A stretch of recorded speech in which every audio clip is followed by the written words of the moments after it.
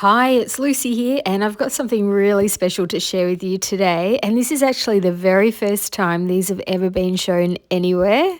They're called Platesavers, and they were developed by one of our own crafty friends right here in our very own YouTube community. Her name is Janine, and I'm so happy to show you how these work. These trademarked rubbery type pads are designed to protect your cutting plates from cuts and warping, so you won't need to replace your plates nearly as often.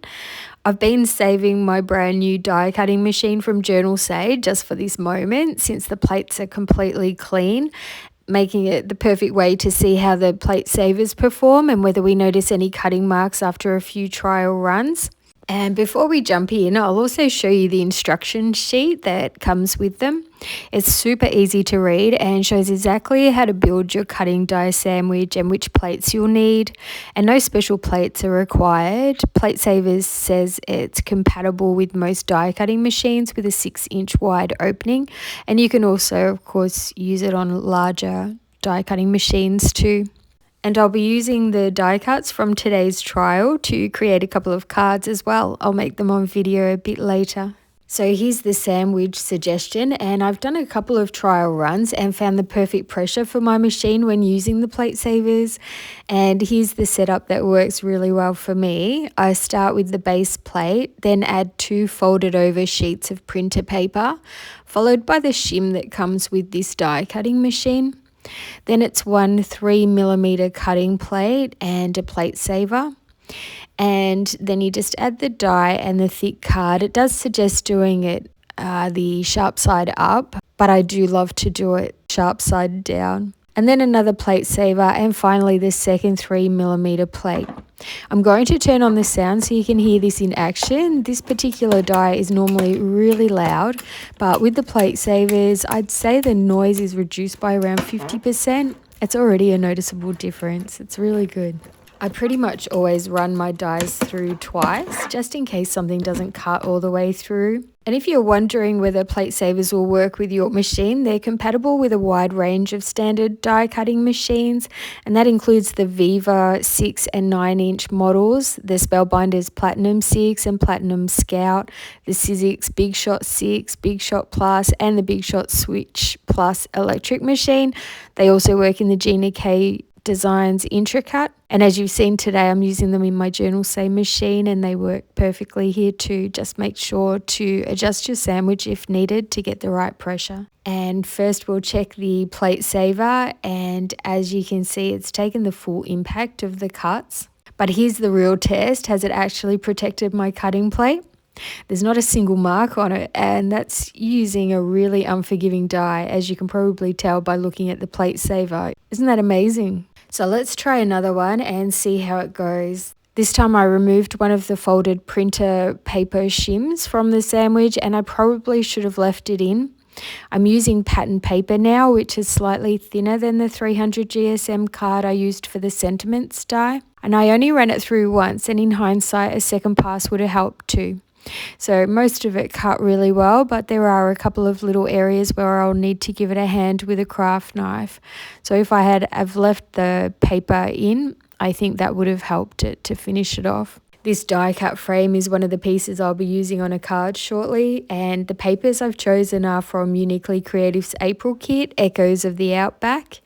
The colours and patterns in this kit are so versatile. There's animals as well, and they'll work beautifully for cards for males, females, and even children. And then let's look at the cutting plate, and it's still completely unmarked. On to my next trial, and I'll leave the sound on it again so you can hear how it runs. And these stitch squares have cut out perfectly, which is a great sign. This is actually a new die from Uniquely Creative, and I'll be using it a lot. I love stitch squares. It also has sentiment strips that you can die cut out as well.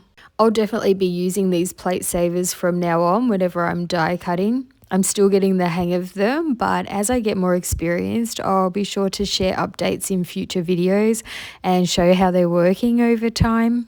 I've had a closer look at the Platesavers, and aside from that first really detailed die, there are barely any other marks on them, and still absolutely nothing on the cutting plate. And next I'm testing a Sizzix sentiment die set. It's a very skinny font, probably the most delicate sentiment die I own. So it's a good challenge for the plate savers. And I'll also test one of my larger sentiment dies that normally cuts really well at the same time. I'm using different paper thicknesses for the Sizzix dies. The Happy cut out just fine, but the Birthday, which I ran through on thicker craft card, didn't quite make it all the way through. So I added that second sheet of folded printer paper back into the sandwich, and this time it worked beautifully. The instruction booklet does mention that you need 1, 2 or even 3 shims depending on your machine and materials. So just like when you try out a new die, you'll want to experiment a little to find the sweet spot. Now that I've finished all the die cutting, let's take one final look at the cutting plates, and honestly, they've been completely protected. What I really love about these plate savers too is that they help with things like color transfer. For example, when I die cut with red cardstock, it usually leaves red lines on my cutting plates, but with the plate savers, any of that color transfer ends up on the pad instead. And the best part, they're washable. I just gave them a quick rinse with water and a bit of soap, and here's how they've freshened up. There are some surface marks, of course, but no actual cuts or damage. They've held up so well. I'd love to hear what you think of these too, and I'm sure Janine will be reading the comments. I'll leave a link below to where you can grab a set, and I really hope we can help Janine get her first batch out into the world. She's one of us, part of this amazing crafting community, and she's created something that could save us all a lot of money on replacement plates. And the Platesaver packs are priced at $22.99 US. And great news, Janine has kindly given me a discount code for you. You can get 10% off your total purchase with the code Lucy10, all lowercase. And the plate savers are based in the US, so domestic shipping is nice and affordable at $6.55. And yes, they do ship internationally too. And also, if you've been eyeing off the die cutting machine I used today from Journalsay, it's currently on sale for $129.50 US. And you can use my code LucyPatrick to get an extra 8% off. And Journalsay also offers free international shipping on orders over $29 US. And I'll pop all the links and codes in the description box below so you can easily find them. And if you're watching on a TV and can't access the description box, you can find all the info on your phone or computer by heading to the same video and tapping the title or the little down arrow next to it, and that'll open everything up for you. Now, as you can see, I've started on the first card. It's a simple and quick one. You know, I love showing you easy but interesting designs. And I've trimmed away a couple of the inner pieces from the die cut frame. So you can always do that to suit your cards. And I'll be gluing it over a scenic background. You could definitely skip the frame if you prefer, but I do love the extra detail that it adds. And the die I used is from In Love Arts, and I do have a 25% off discount code for their website. I'll have that and all the other links listed below, as I mentioned in the description. I'm fully covering my 13.5 centimetre square card base with pattern paper, and here's a quick and easy way I like to do that. I add double-sided tape directly to the front of the card base, then flip it over onto the back of the pattern paper I want to use. That way I can just cut around the edges and it fits perfectly with no measuring needed. Next, I'll pop the background scene into the center and then start adding the ephemera pieces. I'm using foam hexagons and strips to lift them up a little so they stand out nicely against the background. I'm being careful to avoid adding foam tape where the frame will be, as that will make it stand out a little bit too much. I always like to add a bit of glue to my foam tape. Not only does it help everything stay put permanently, but it also gives me a little wiggle room to move things into place before it sticks down for good. I'm not too keen on how the horse and chicken's legs are just dangling there without any support. Those skinny parts are tricky for foam dots, so I'm going to glue them straight onto the card base and place an acrylic block over them to help them dry flat and stay firmly in place. Oh, and just a quick reminder, don't forget to check out my last video to see if you're one of the two $50 Journalsay voucher winners. One winner has already come forward, but I'm still waiting to hear from the second, so be sure to watch and check. It could be you.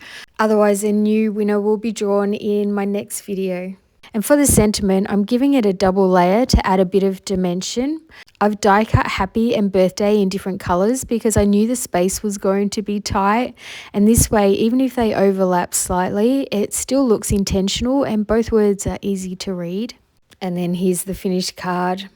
And we'll get on to the next card now. I'm adding the pattern paper sentiment onto a craft shadow background. The paper I use for the sentiment has a subtle glossy pattern to it, and while it's a bit off-white, I actually prefer that over bright white for this design. I'll pop an acrylic block over it to help it dry flat and move that aside for now.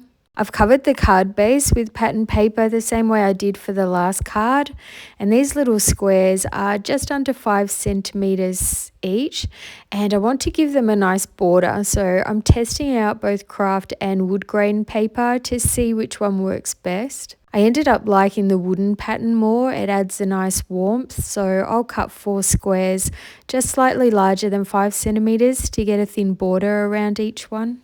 Oh, it never looks quite natural when I use a trimmer. I'm so used to using my trusty craft knife and ruler, but I'm really trying to get the hang of it, and I figure if I keep practicing, I've got to get better eventually, don't I? I want to show you a couple of ways to distress the edges of your paper. Here's a distressing tool, and you can also use scissors to do it, but today I'm just going to use my fingernail. I think I've shown this once before, so many of you might not have seen it. But now I've got ridiculously short nails, which actually works great for crafting. So don't worry, you definitely don't need long nails to do this. Just hook your fingernail under the edge and run it along the borders. It doesn't distress quite as much as a tool, but I really like the softer look that it gives on some cards. And for today's card, I think distressing all the squares would have been a bit too much, a bit busy, so I'm keeping it more subtle, and I love this way. I'm going to create one more larger 12 centimeter square, but since most of it will be hidden, I'm slicing off this lovely floral strip to use on another card, and I'll use the middle section. I'll distress the edges again using the fingernail technique and add it to the card. And next I'll glue all the smaller squares onto the wooden pattern squares so I can move them around as a set. This makes it easier to line them up evenly when adding all 4 to the card. I'll then glue them all down as even as possible, but I'm just eyeballing it. I'll pop the sentiment down loosely first so I can figure out the best spot for the animals. And to add some character and dimension, I'm bending each of the animals slightly so they look more lifelike. This gives such a cute effect on animals, I think. I'll attach them using foam hexagons or strips, then glue everything down, including the layered sentiment. And as I mentioned earlier, a lot of the pieces I'm using today are from Uniquely Creative, all the ephemera and the papers and some of the dies, the distress tool, and this is actually perfect timing because they only have 2 sales a year, and this Mother's Day weekend is one of them. So from the 9th to the 11th of May, Australian time, you can get 20% off store-wide. I will of course write that down in the description box as well, so you don't need to remember when. And here are both of the finished cards side by side. What do you think? Do you like these designs? What do you think of the Platesavers? If you'd like to be one of the first to get your hands on a set, they're available now. And a reminder to use the 10% off code, Lucy10 all lowercase. Thank you for sending me this set, Janine. I was so happy to be able to share it with everyone. I'll also pop the discount codes up here on screen, and if you're watching on a TV and wondering how to find these links, just grab your phone or computer later and head to this video on YouTube and open the description box underneath.